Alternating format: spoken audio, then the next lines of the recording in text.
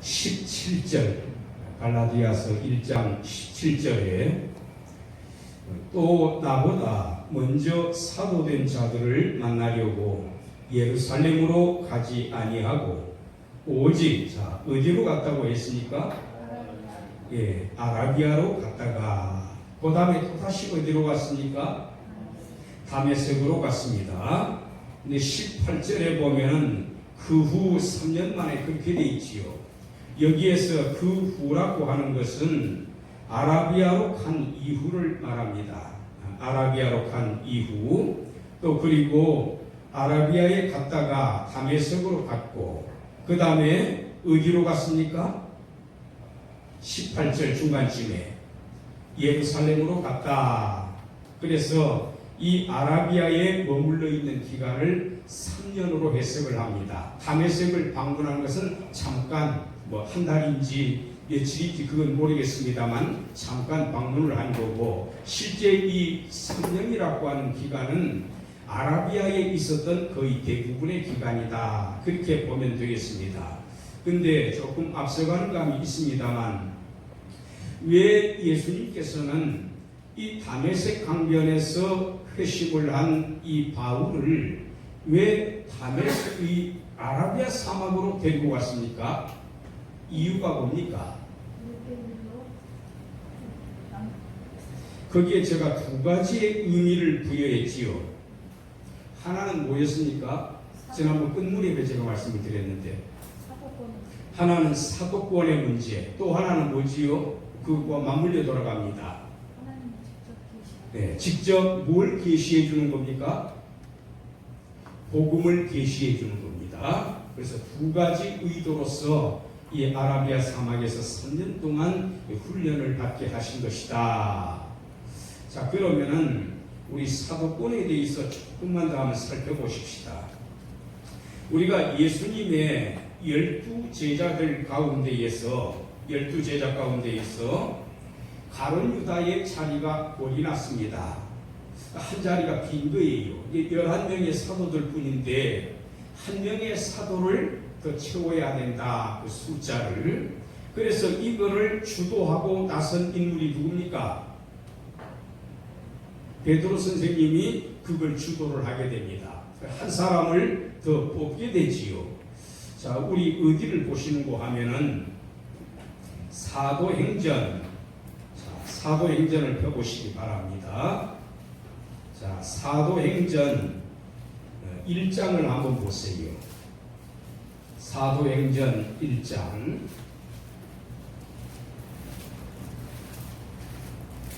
사도행전 1장에 보시면은 거기에 사도되는 요건이 나와 있습니다. 이러이러한 내용을 갖추어야만 사도로서의 자격을 가질 수가 있다. 그 몇 가지 조건이 있는데, 자, 20절을 한번 우선 보실까요? 1장 20절. 시편에 기록하였으되 그의 그 저로 황폐하게 하시며, 이게 시편 69편 25절에 있는 내용입니다. 시편은 제가 지난번에 잠깐 언급을 한 경우가 있었습니다만, 시편은 예언서이기도 합니다. 여러 가지 성격을 지니고 있다 그랬지요. 거기에 그의 처소로 황폐하게 하시며, 이게 누구한테 적용이 됐습니까? 가룟 유다에게 적용이 됩니다. 사도의 자리가 비는 거지요. 그 영광스러운 사도 자리에서 결국에는 축출이 됩니다. 거기 거하는 자가 없게 하소서, 사도직을 말하는 거예요. 그 직분을 누구가 취하게 한다? 타인, 다른 사람이 취하게 한다. 이게 그의 직분, 누구한테 적용이 된 말입니까? 가룟 유다한테 적용이 된 겁니다. 이거를 타인이 취하게 하소서. 여기에 누구에게 적용이 되지요? 타인은 26절에서 보세요. 26절에 마띠아라고 하는 새로운 사도가 11명의 사도수에 가입이 되니까 합해서 12사도 자리가 꽉 차게 되는 겁니다. 그런데 이 마띠아를 뽑기 전에 베드로가 제안을 했습니다. 이러이러한 자격 요건을 갖춰야만 후보자가 될 수가 있고 그 중에서 제기를 뽑아서 한 사람을 선정을 해야 된다. 자, 21절에 보시기 바랍니다. 첫 번째 조건이 뭡니까? 자격 요건. 요한의 세례로부터 이게 무슨 말이지요? 공생의 시작점이에요. 요 다음 날 요한에게서 세례를 받으신 다음 날 이 예수님이 세례 요한에게 나아가니까 세례 요한이 그걸 쳐다보면서 요한복음 1장 29절에 뭐라고 말씀했지요? 제자들이 다 있었어요. 옆에 보라 세상 죄를 지고 가는 하나님의 어린 양이로다. 그게 이제 예수님 공생의 두 번째 날이 되는 겁니다. 첫 번째 날은 세례 요한에게 세례를 받으신 날.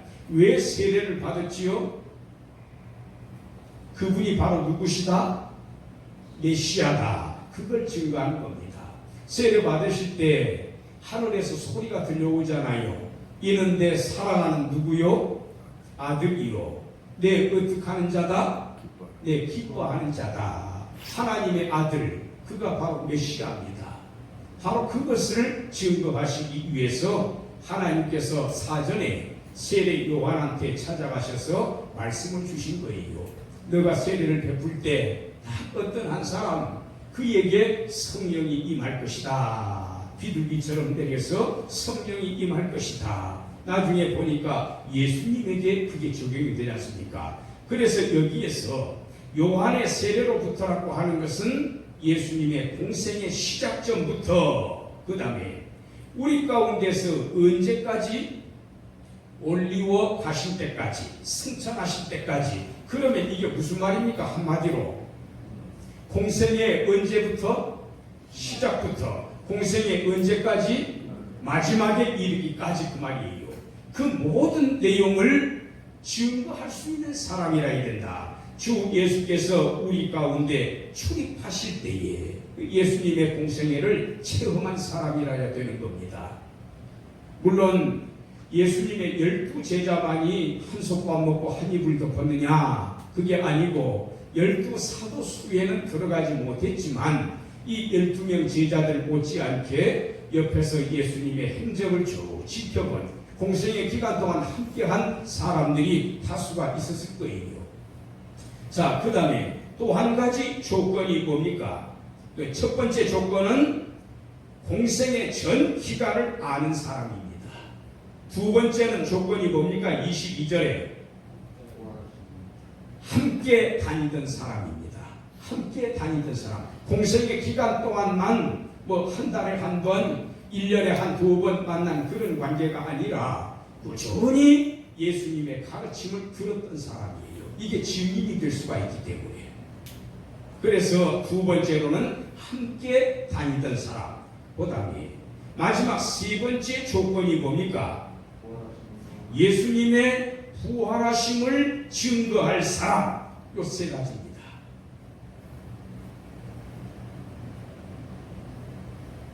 예수님의 부활을 부정하는 사람들도 있지 않습니까? 3년 동안 같이 따라다녔지만. 자, 여기에서 사도의 조건 다시 한번 정리해 봅시다. 첫째, 언제부터 언제까지? 공생의 시작부터 끝까지 전 기간. 둘째, 공생의 그 전 기간 동안에 어떻게 한 사람? 함께 다니던 사람. 셋째, 무엇까지도 공생의 마지막 지점입니다. 무엇까지도 증명할 수 있는 사람? 부활까지. 이게 누구의 자격 요건입니까? 사도의 자격 요건입니다. 그래서 예수님께서는 12명의 사도들을 뽑으시고 공생에 끝날 때까지 그들과 함께 하신 거예요. 이 사람들이 진정한 사도인 겁니다. 자, 그런데 갈라디아서로 다시 돌아가 봅니다. 이 바울 선생님의 경우에는 세 가지 요건에 다 충족합니까? 못합니까? 예수 회심한 그때까지, 아라비아로 가기 직전까지, 아라비아로 가기 직전까지 첫째, 둘째, 셋째 항목이 다 충족이 됩니까? 안 된다 그 말입니다. 충족이 되는 거 한 가지는 있습니다. 자, 여기 갈라디아서 또 표를 해놓으시고 고린도전서 15장 펴보세요. 고린도전서 15장에 보시면은 4절 말씀, 고린도전서 15장 4절 말씀, 누구에게 보이시고, 15장 5절 말씀, 누구에게 보이시고, 게바에게 보이시고, 또 누구한테 보였습니까? 12제자에게와, 여기 12제자는 가룟 유다가 아니고 12명 가운데 누가 그 자리를 채웠지요? 마띠아에게, 마띠아를 포함한 겁니다. 마띠아도 예수님의 부활을 증거할 수 있는 사람이에요. 그 자격 요건에 합당한 사람입니다. 그 다음에 고린도전서 1장 14절 한번 보세요. 13절부터 볼까요? 그리스도께서 어찌 나뉘었느뇨? 바울이 너희를 위하여 십자가에 못 박혀 죽었더냐? 바울의 이름으로 너희가 세례를 받았느냐? 이거는 사실 누구를 향해서 한 말이죠? 4개 파당 중에서 바울파를 향해서 한 말이에요. 바울을 영웅으로 만들어놨어요. 바울의 머리에다가 면관을 씌워놓고 바울의 몸에다가는 골룡포를 입혀놓고 바울에게는 용상을 갖다 주면서 여기 앉으라고 한 거지요. 그래, 바울이 너희를 위해서 죽은 그리스도냐? 너희가 내 이름으로 세례받았느냐? 성부, 성자, 성령의 이름으로 세례를 받는 겁니다. 바울이 하나님이라도 된다는 말이냐 그 말이에요. 그러면서 14절에 그리스도하고 가이오 외에는 너희 중에 아무에게도 내가 세례를 주지 아니한 것을 감사한다. 세례를 받은 사람들은, 바울에게 세례를 받은 사람들은 대부분 무슨 파를 형성하는 멤버들이겠습니까? 바울파이요. 그래서 바울파가 많지 않은 것을 감사한다 그 말입니다. 이게 사실 바울 선생님이 속이 찢어지는 심정으로 하는 말이지요. 어떻게 교역자가 이런 말까지 할 수가 있다는 말입니까? 이 정도로 심각했던 거예요. 바울이 또 한 사람 기억을 해냅니다. 16절에 15절 봅시다. 이는 아무도 나의 이름으로, 바울 이름으로 세례를 받았다 나가지 못하게 하려 함이라. 이 바울파거든요. 또 내가 스데바나 집 사람에게 세례를 주었고, 또 내 생각을 해보니 그 외에 누구한테 세례를 주었는지 내가 기억을 할 수가 없구나. 바울이 이렇게 찢어지는 심정으로, 아픈 심정으로 말했던 것은 파당이 갈라진 이유입니다. 그러면 바울파가 아닌 사람들은 바울을 어떻게 하는 겁니까? 대적을 하는 거예요. 어떤 식으로 대적을 한 줄 아십니까? 아까 고린도후서 다시 한번 펴보시기 바랍니다. 10장 10절 한번 펴보세요. 이렇게 제가 연결을 해드려야 바울이 이러한 수모를 당했구나. 고린도 지역은 얼마나 힘들었습니까? 바울 선생님이. 오죽하면은 하나님, 내가 이 성을 떠나야 됩니까? 믿는 사람들이 없는 것 같습니다. 내가 이렇게 고통을 당하고 있습니다. 여기 계속 머물러 있어야 합니까? 사도행전 18장으로 기억합니다. 밤중에 주님께서 나타나셔가지고 환상 중에 말하잖아요. 바울아, 두려워하지 말며 잠잠하지 말고 어떡하라? 전하라 그랬잖아요. 내가 너와 함께 있기 때문이다. 이 성중이 내 눈으로 보기에는 몇 사람 안 돼 보이는 것 같이 보이지만 이 성중에 내 백성이 많음이니라. 바울이 여기 힘을 얻고 1년 6개월 동안을 머물러 있으면서 고린도 교회를 개척을 했던 거 아닙니까? 그런데 이 고린도 교회에서 바울의 사도권을 부정을 하는 거예요. 상당수의 사람들이, 바울과 아닌 사람들은 그렇게 했을 겁니다. 뭐라고 했는고 하니 10장 10절에 저희 말이, 그 편지들은 바울 선생님이 우리한테 보낸 편지 있지, 중하고 힘이 있어 보이나 그 몸으로 대할 때에는, 직접 만나가지고 바울의 얼굴을 보면서 가르침을 받을 때에는 그는 어떤 사람이다? 힘이 없는 사람이다. 별반 우리하고 다를 바 없다 그 말이에요. 내세울 것 없는 사람이고 말이 시원치 않다. 그분이 설교하는 내용이 시원하더냐? 우리에게 감동을 주더냐? 어떤 위험이 있더냐? 시원치 않다 하니 이는 이런 사람은 우리가 떠나 있을 때에 편지들로 말하는 자가 편지를 읽어보면 대단히 엄한 사람처럼 보이는데 그런데 직접 만나보면 신통치 못했지 편지로 말하는 자가 어떠한 자인가 보여주겠다라고 바울이 말하잖아요. 내가 직접 만나가지고 이실직고하게 만들고 내가 책임을 묻겠다 그 말입니다. 누가 감히 그런 이야기를 했느냐. 바울이 이거 보면 굉장히 엄하지요. 바울이 이렇게 말한 적이 있습니다. 고린도전서 4장 한번 보세요.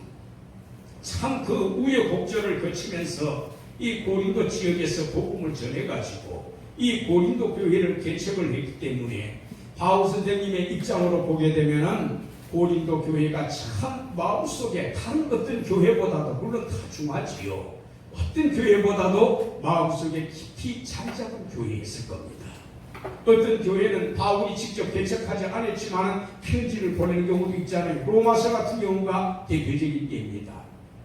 그런데 고린도전서 4장 15절을 한번 보세요. 14절 윗부분에 고린도 교인들을 누구라고 칭했습니까? 내 사랑하는 자녀, 내 사랑하는 아들, 딸들이라고 칭해요. 15절 봅시다. 그리스도 안에서 일만 스승은 있으나 내가 너의 선생이다. 내가 너를 가르쳤지 않느냐. 선생은 많다. 일만 스승이 있으되 아비는 어떠하다? 많지 않다. 낳아주고 길러준 아비는 많지 아니하니 그러나 나는 너희에 대해서 누구라는 겁니까? 아비다 그 말이에요. 왜냐? 그리스도 예수 안에서 복음으로써 내가 너희를 어떻게 했기 때문이다? 출산했기 때문이다. 내가 너희 부모다 그 말입니다. 그런데도 불구하고 아까 고린도 후서 10장 10절에서 뭐라고 했습니까? 편지 받을 때는 엄한 사람처럼 보이는데 실제로 바울을 만나보면은 말도 시원치가 못해. 그는 우리와 별반 다를 바 없는 평범한 사람이야. 그러면서 바울의 사도권을 전합해버린 거지요. 바로 이런 문제가 일어난 겁니다. 그래서 예수님께서는 사전에 바울을 사도로서 확고하게 세우시기 위해서 어디로 데리고 가신 겁니까? 바로 이 아라비아 사막으로 3년 동안 데리고 가셔서 그는 예수님을 따라다니는 사람도 아니고 오히려 핍박했던 사람이지만 아라비아 사막에서의 훈련과 다메섹에서 자기 자신의 모습을 드러내심으로써 첫째, 공생의 전 기간, 둘째, 공생의 전 기간 참여한, 셋째, 예수님의 부활을 증명할 수 있는 세 가지 요건을 다 갖추게 만드셨다 그 말입니다.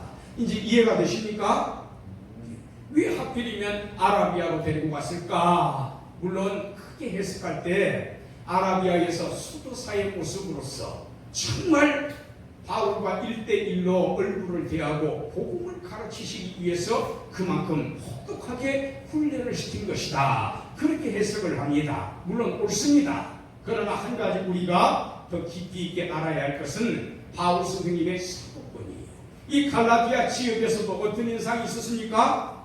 바울이 전해준 복음은 잘못된 복음이니까 가만히 들어온 이 거짓 형제들이 우리가 전하는 율법주의 행위구원의 복음을 받아들여라 강요를 했잖아요. 바울이 전한 복음을 부정한다고 하는 것은 바울의 뭘 부정하는 겁니까? 보내심을 받은 자, 그게 아포스톨로서 사도 아닙니까? 사도권을 부정하는 거예요. 그래서 하나님께서 바울은 이 아라비아에서 자기가 3년 동안 겪었던 이야기, 예수님으로부터 직접 계시를 받았던 이야기를 그래서 의도적으로 갈라디아서 1장 17절에 기록을 한 겁니다. 이해가 되셨습니까? 예. 그래서 앞으로 이 대목을 읽을 때에는 그 주님께서 이런 깊으신 뜻이 있으셨구나. 바울이 사도로서 바르게 활약할 수 있도록 누구에게 그 고난을 침해당하지 않도록 하나님께서 자격 요건을 갖추어서 우뚝 세우신 분이로구나. 자, 우리한테도 이 목사 받으신 분도 여러분 계시는데 왜 하나님이 내한테 집사님으로만 있어도 평생 동안 충성할 수 있잖아요.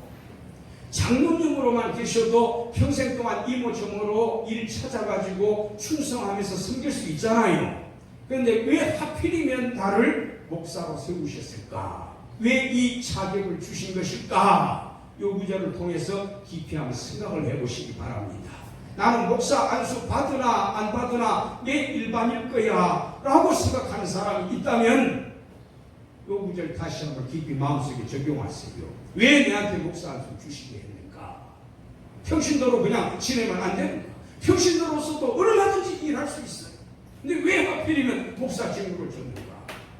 바울의 사도권을 확립해주기 위해서 3년 동안 아라비아로 데리고 가신 예수님 왜 그러셨는가? 그걸 본인한테 적용을 한번 해보시기 바랍니다.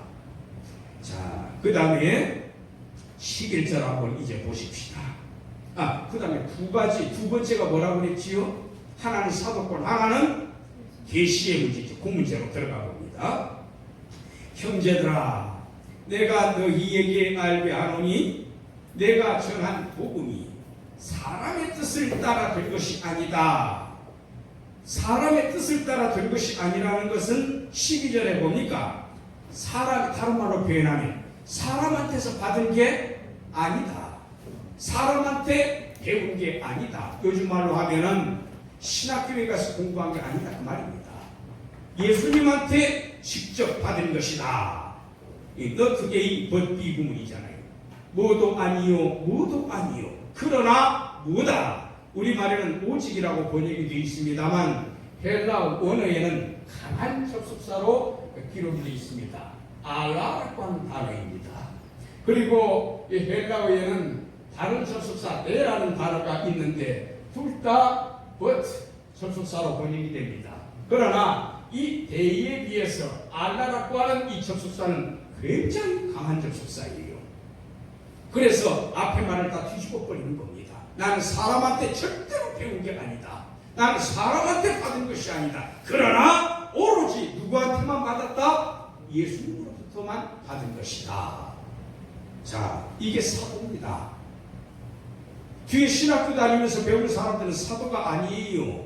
그 목사이 우리 기독교로 개신교로 말하자면 자, 오직 예수 그리스도의 계시로 말미암은 것이라.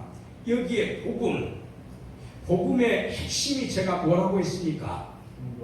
죽으심과 부활이다. 여기 덮지 마시고 다른 성경에서 한번 찾아봅시다. 고린도전서 15장. 제가 전에 그 사도행전 1장부터 쭉 훑어가면서 굉장히 많은 곳에 나오지요. 초대교회에서 전한 복음의 핵심은 이겁니다. 그렇게 죽으심과 부활 계속해서 반복적으로 나오잖아요. 자, 고린도전서 15장을 보십시다. 특별히 이 고린도전서 15장은 이 죽으심과 부활 가운데 부활의 비중을 굉장히 많이 뒀습니다. 15장이 상당히 깁니다. 왜 이 고린도전서 15장에서 이처럼 바울 선생님이 부활을 강조했습니까? 뭐 때문에 그런 겁니까? 예수님 죽으신 건 다 알아요. 그러나 부활에 대해서 부정하는 사람들이 있었다. 고린도 교회 내에. 자, 1장 12절을 먼저 한번 보십시다. 1장 12절에 그리스도께서 죽은 자 가운데서 다시 살아나셨다 전파되었거늘 너희 중에서 어떤 이들은 어찌하여 죽은 자 가운데서 부활이 없다고 하느냐? 부활을 부정하는 거예요. 만일 죽은 자의 부활이 없다 할 것 같으면 예수님께서는 왜 사셨느냐? 그리스도께서 만일 사시지 못했다면 우리가 전파하는 복음도 거짓말이 되는 것이고 믿음도 헛것이 되는 것이다. 그러면서 심지어 무슨 말까지 합니까? 32절 후반부에 보세요. 죽은 자가 다시 살지 못할 것이면 내일 죽을 터이니, 이걸 쉽게 설명하면 무슨 말입니까? 천국이 없다 그 말입니다. 내세가 없다 그 말입니다. 그러니 어떡하자? 오늘 실컷 먹고 마시고 니나노 즐기면서 살자 그 말입니다. 그러나 우리가 뒤집어 설명하면 우리에게는 부활이 있기 때문에 이 지상에서 이러한 희노애락 가운데에서 부귀영화에 연연하지 않는다는 거예요. 메모니즘이지요. 황금 숭배주의입니다. 바로 여기에 우리는 빠지지 않는다. 이것보다도 큰 영화롭고 궁극적인 복이 내세에 있기 때문에. 자, 15장 1절 다시 돌아가서 형제들아 내가 너희에게 전한 뭐라고 했습니까? 복음입니다. 고린도에서나 갈라디아에서나 에베소에서나 어디서든지 바울이 전한 복음은 똑같습니다. 우리가 전에도 말하였거니와 지금 다시 말하노니. 갈라디아서에 그 말이 있었지요. 복음을 너희로 알게 하노니 왜냐하면 너희가 받은 것이요 또 그 가운데 선 것이라. 너희가 내한테 받았고 그 복음 가운데에 요지부동 서 있는 것이다. 그 말입니다. 너희가 만일 내가 전한 그 말, 여기 그 말은 뭘 말하는 거지요? 1절로 올라가서 복음을 말하는 거예요. 그 말, 그 복음을 굳건하게 지키고 헛되이 있지 아니하였으면 바르게 믿는다. 그 말입니다. 율법주의가 거기 가미가 되면 안 됩니다. 행위구원이 들어가면 안 됩니다. 할례를 받아야 구원받는다는 등 이런 율법 색채가 들어가면 안 되는 거예요. 이로 말미암아 뭘 얻게 된다? 구원을 얻게 된다. 너희가 그걸 꽉 붙들고 바르게 믿고 있으면 구원을 얻게 된다.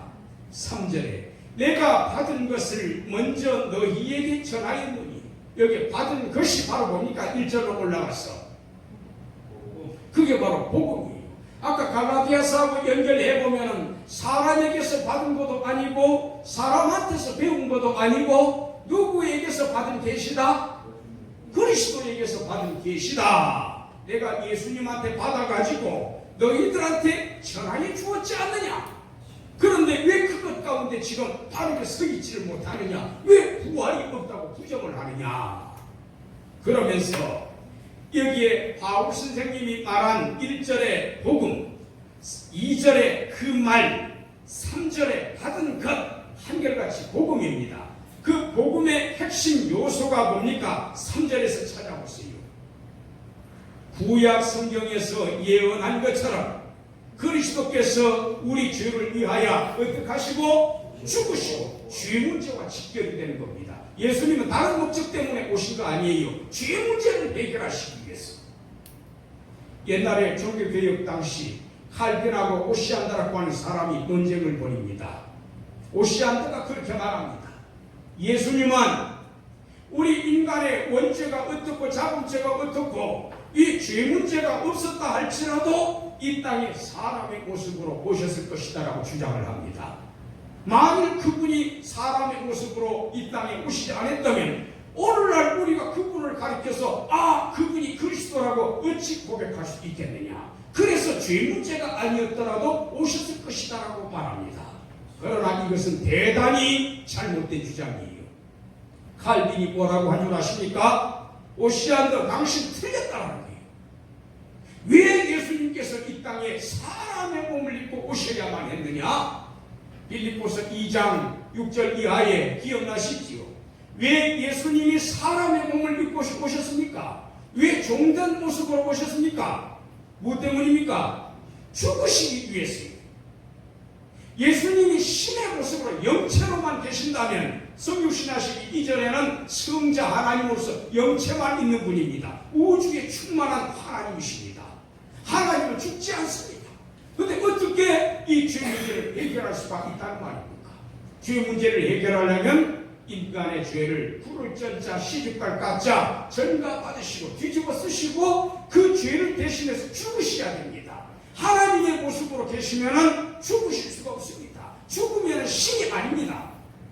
그래서 종된 인간의 모습으로 이 땅에 오신 것이다. 예수님의 성육신의 의도는 뭡니까? 오로지 죄 문제를 해결하시기 위해서 죽으시는 거였어요. 그러니 오시안드의 주장은 잘못된 거지요. 예수님이 왜 이 땅에 오셨느냐? 우리 죄를 위해서 오셨다. 우리 죄를 위해서 당신의 목숨을 바치시기 위해서 그만큼 예수님은 우리를 사랑하셨다는 거예요. 오시안드야. 너가 만일 죄 문제가 아니더라도 오셨을 것이다라고 말을 한다면 예수님이 우리를 위해서 죽으신 자기 목숨을 바치신 그 사랑의 깊이에 대해서, 사랑의 넓이에 대해서, 그 사랑의 심오하고 오묘함에 대해서 너 어떻게 설명할래? 그래서 예수님의 죽으심 3절 다시 보세요. 내가 받은 것을 먼저 너희에게 전하였노니 이는 성경대로 그리스도께서 우리 죄를 위하여 죽으시고, 여기 한 가지 필수 요건입니다. 요거 부정하면 예수님 믿을 필요 없어요. 예수님을 도덕적인 선생님으로 믿는 사람이에요. 4절에 또 한 가지 요소가 있습니다. 사실 여기에 문제가 있었죠. 고린도 교회에 장사 지낸 바 되었다가 성경대로, 여기 성경은 어느 성경입니까? 구약 성경을 말합니다. 여러 곳에서 부활을 증거하고 있기 때문에 딱이 무슨 서다라고 이렇게 단정할 수는 없습니다. 시편에도 나오고 창세기에도 나오고 욥기에도 나오고 다 여러 군데 나옵니다. 성경대로 사흘 만에 어떻게 하셨다? 다시 살아나셨다. 다시 붙자 살았자 부활하셨다. 이 두 가지입니다. 다시 위로 올라가서 2절 보세요. 너희가 만일 나의 전한 그 말, 나의 전한 예수님의 죽으심과 부활을 굳게 부여잡고 지키고 꽉 홀딩하고 부여잡고 키핑입니다. K-E-E-P 킵하고 그 죽으심과 부활을 바르게 믿으면 너희가 뭘 얻는다? 구원을 받는다. 내가 예수님 믿습니다 하는 것은 공명을 섬기는 것처럼 훌륭한 선생님으로 모시는 게 아니에요. 나의 모델로 삼는 게 아니에요. 내가 예수님을 믿는다고 하는 것은 예수님의 죽으심과 부활을 내가 고백한다라는 거예요. 바로 이렇게 고백하는 자에게, 믿는 자에게 뭘 주신다라는 겁니까? 구원을 얻으리라. 구원을 얻는다고 했으면 구원을 주시는 분이 있습니다. 그분은 누굽니까? 하나님 아버지께서 주시는 거예요. 수동적인 의입니다. 우리는 구원을 얻는 입장이에요. 하나님은 주시는 입장입니다. 그런데 누구한테 주시느냐? 복음을 붙든 사람. 그런데 그 복음이 뭐냐? 예수님의 죽으심과 부활을 말하는 겁니다. 자, 다시 갈라디아서로 돌아갑니다. 형제들아, 11절. 너희에게 알게 하노니 내가 전한 복음이 사람의 뜻을 따라 된 것이 아니다. 사람한테 배운 게 아니다. 12절에 구체적인 해석이 나옵니다. 예, 내가 사람에게서 받은 것도 아니요, 배운 것도 아니요, 오로지 예수 그리스도의 계시로 말미암았느니라. 계시. 자, 제가 한번 질문을 해보겠습니다. 계시의 반대말이 무슨 말입니까? 우리 성경에서 국어사전 보고 말씀하지 말고, 우리 성경에서 계시의 반대말이 뭡니까? 계시의 반대말, 영어의 미스테리, 그 헬라어입니다. 미스테리온, 헬라어입니다. 원래 미스테리가 뭡니까? 큰일 났네. 미스테리가 뭐예요? 우리 완전히 이게 또 우리 외래어가 돼가지고 초등학생들도 야 미스테리라고 하니까, 근데 우리말로는 번역을 할 줄 몰라요. 그게 아예 우리말이 돼버렸어요. 그냥 외래어가 돼버렸어요. 그게 본래 의미는 신비, 미스티시즘 할 때, 미스티시즘, 제가 이번에 그 책 써냈지 않습니까? 연돌리즈 미스티시즘, 그게 미스테리에서 나온 말이에요. 신비주의라는 거. 신비, 또 하나는 뭔가 하면은 비밀, 시크릿, 비밀을 의미하는 단어입니다. 비밀. 비밀이라고 하는 것은 뭡니까? 남이 모르는 거예요. 어떻게 하지 않는 이상은, 토설하지 않는 이상은, 계시하지 않는 이상은 비밀을 모르는 겁니다. 자, 그래서 우리가 이 비밀하고 이 비밀의 반대말이 뭔고 하면은 계시입니다. 한자로 제가 보기에 참 번역 잘 됐어요. 한자는 또 표의 문자잖아요. 뜻을 나타내주는. 개자가 무슨 개자입니까? 10개자입니다. 시자는 뭡니까? 보일 시자입니다. 보일 시자. 그래서 여러 가지고 어떻게 하게 해준다? 계시라고 하는 단어가 뭔가 하면 헬라어의 아포칼리프시스, 동사는 아포칼리프토라는 단어인데 요한 계시록 할 때 그 계시가 아포칼리프토입니다. 이 계시라고 하는 단어는 두 가지의 의미가 있어요. 그 말인데 결국 하나는 언커버링입니다. 언커버링.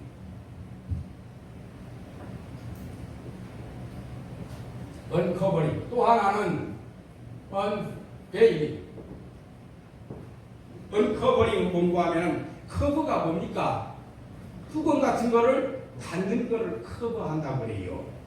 누가 주먹이 날아올 때 딱 막지요. 막아주는 거, 덮어버리는 거. 그래서 커버. 그럼 언커버링은 뭐가 되는 겁니까?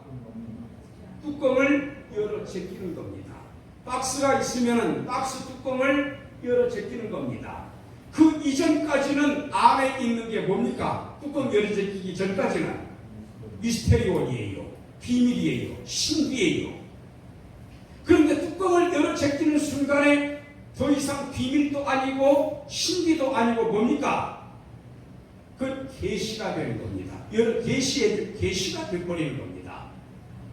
또 하나는 언베일링. 베일 하게 되면 겨울 커튼 같은 거를 말하지 않습니까? 여기 커튼이 쳐져 있는데 이걸 싹 열어 제끼면 밖에 자동차가 다니고 누가 지나가고 환하게 볼 수 있지 않습니까? 이게 커튼이 내려져 있는 그때까지 저 밖에 있는 광경은 뭡니까? 우리한테 그건 미스테리온입니다. 그러나 이 커버링을 딱 열어 제꼈을 때, 커튼을 열어 제꼈을 때 밖에 있는 것은 눈에 우리가 확연하게 볼 수가 있으니까 그것은 계시된 것이 되는 거예요. 알 수 있게 되는 겁니다. 그러면 여기에서 계시를 받았다고 하는 것은 뭘 계시받았다는 겁니까? 복음을 말하는 겁니다. 바울과 같은 석학이 당시에 몇이나 되겠습니까? 가말리엘 문화에서 공부했던 사람입니다. 책상머리에서 연구하는 데는 둘째가라면 서름하던 사람입니다. 그런데 이 유식한 바울도, 대석학이었던 바울도, 누구보다 뛰어난 랍비 판결에 있던 이 바울도 예수님이 내다 하고 담에서 강변에서 보여주시기 전까지, 계시하시기 전까지는 예수님을 제대로 알아봤습니까? 못 알아봤습니까? 못 알아봤어요. 이단자로 알았습니다. 예수님의 죽으심의 의미를 알았습니까? 몰랐습니까? 몰랐습니다. 그냥 범죄하다가 자기 자신을 하나님의 아들이라고 칭했다가 범죄자로 낙인 찍혀 십자가 형벌 받아 죽은 그분이로다. 그 정도밖에 몰랐다 그 말이에요. 예수님의 부활을 알았습니까? 몰랐습니까? 알지 못했습니다.